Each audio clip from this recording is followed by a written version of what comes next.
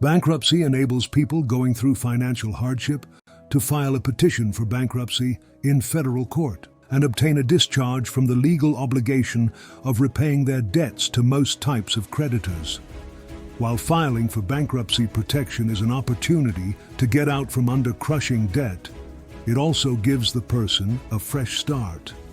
This video summarizes the bankruptcy process and explains the difference between Chapter 7 and Chapter 13 consumer bankruptcies.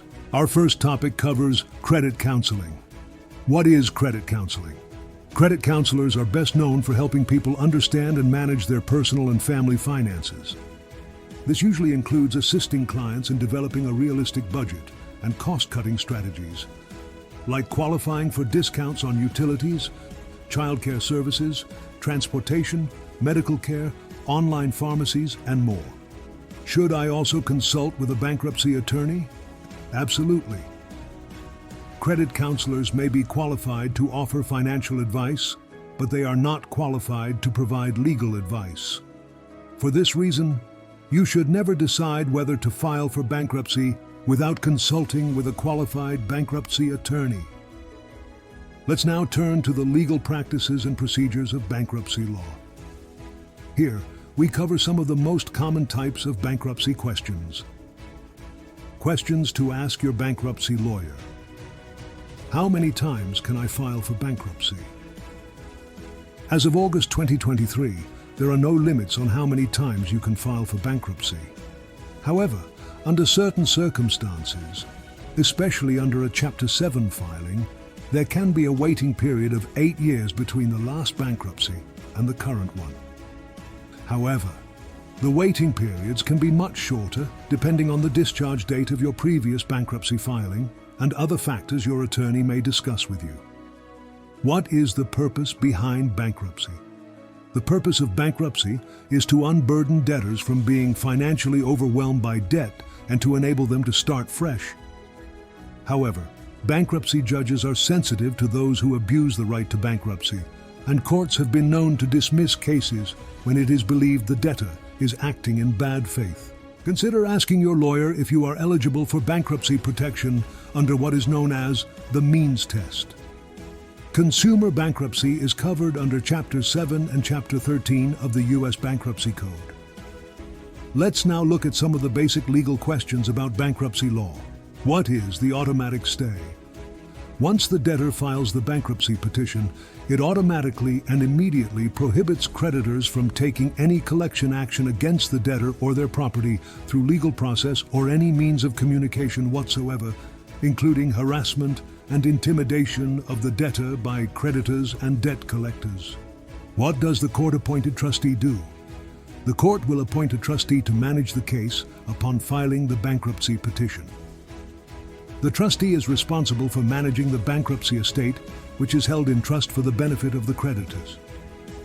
Under Chapter 7, the trustee is in charge of liquidating all of the debtor's non-exempt property and distributing the proceeds for the benefit of the creditors. What is the difference between Chapter 7 and Chapter 13 bankruptcy? Chapter 7. Consumer bankruptcies are intended for people with little to no assets and disposable income. Chapter 13 bankruptcies, also called wage earner plans, are for debtors with a regular income stream and who possess a higher degree of assets, but need additional time to pay off their debts with their creditors. Let's first look at a Chapter 7 bankruptcy. Bankruptcy under Chapter 7 is a straight liquidation of all unsecured debt. This type of case is commonly referred to as a no-asset bankruptcy. Unsecured debt includes credit cards, medical bills, and club dues. In most cases, the trustee will administer your case and determine and approve your exemptions. What are exemptions? Under Chapter 7, exemptions allow the debtor to keep certain assets after the bankruptcy. This means the debtor must carefully select their exemptions based on their current and future financial needs. Exemptions vary from state to state. States differ in their public policy regarding allowing or rejecting certain exemptions. For example, Many states believe that a debtor should not be legally obligated to surrender certain types of property, such as tools of the trade, health aids, life insurance, and social security benefits.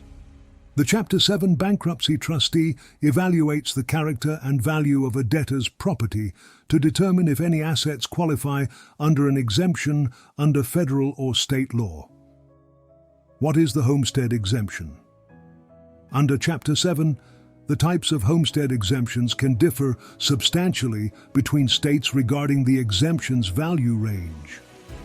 For example, some states allow a debtor to protect some of their home's equity, while others will enable the debtor to protect all their home equity. What is the vehicle exemption? The value range of vehicle exemptions varies by state. Under Chapter 7, the vehicle exemption protects the amount of equity you have in your car, truck, motorcycle, or van. Notwithstanding, if the state exemption amount does not equal to the earned equity in your vehicle, the trustee can sell your car and put the remaining proceeds into the bankruptcy estate for the benefit of your creditors. How does a Chapter 13 bankruptcy work? Chapter 13 is a more structured reorganization of your debts than a straight liquidation. Chapter 13 is effectively a creditor repayment plan. Your final discharge under a Chapter 13 plan happens only when you have completed your repayment plan to your creditors. The gottrouble.org offers valuable bankruptcy articles, including a legal glossary that will expand and deepen your understanding of specific bankruptcy terms and their meanings. Finally, we turn to the gottrouble.org Helpful Services and Resources section.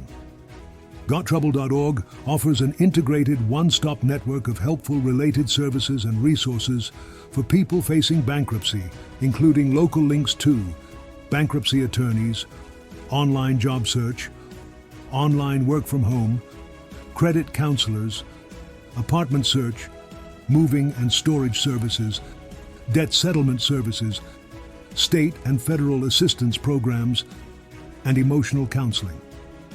Should you have any additional questions or want to learn more about our helpful services and resources, we welcome your visit and look forward to being able to help.